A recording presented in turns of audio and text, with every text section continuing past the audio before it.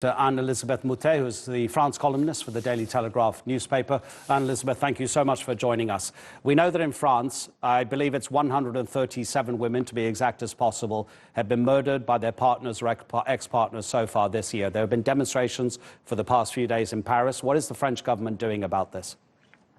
The French government, to give it its due, is aware that France has not solved all the problems and is not always addressed them as they should.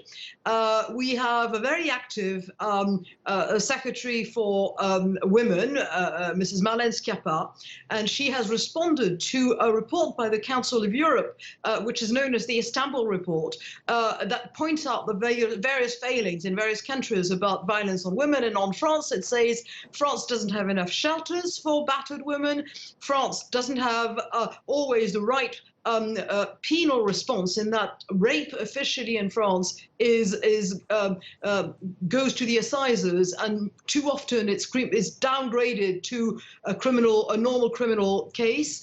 And France doesn't do enough of a follow-up of violent perpetrators, men in the lives of these women who, when they've been through a prison sentence, will come back and keep on assaulting them. And in general, the mind is there, but the practical action is still failing. And this is something that in the past, I should say, 1 or 2 years, not coincidentally, also because of the Me Too movement, this has evolved into becoming a national cause in the country. I think it really now, for the first time in a very long time, it's become something important here.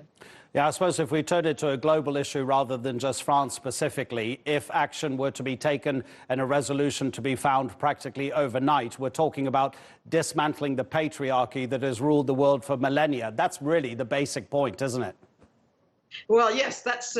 I don't think anybody expects this to happen straight away, but it's good, first of all, to make people aware, because what it starts, and at the demonstration last week, what everybody said was it's a question of education. It's a question from the beginning, and that education doesn't need to say that boys and girls are the same, but it does need to say that violence is never acceptable at any moment, and it's got to start. And France has got, on paper, France has a very good penal code.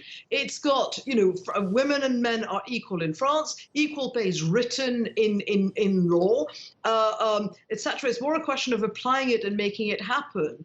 The other thing is that we have suffered, but that is not, I don't think it's going to happen anymore, but we have suffered from the whole ethos of love à la française, and there have been too many instances in which women who came into the gendarmerie or the police to report violence against themselves, and which is always a very difficult thing to do, because then you have to go back home and hope that your partner doesn't know about it, otherwise he will beat you more.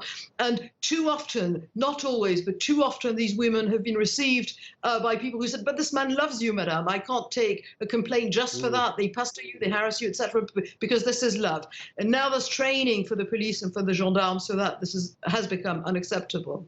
What difference does this issue of violence against women do you think it makes when the most powerful man in the world, the President of the United States, says he can grab a woman by the private parts and do anything that he wants to them because he's famous? That makes a difference, doesn't it?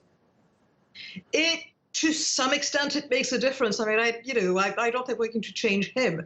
I also think that the fact that there was a reaction to it in so many ways. I mean, I've heard men say, look, this is locker room talk and it's not followed up by action all the time. It's just boys will be boys. And that's the worst. It's the fact that he enables this.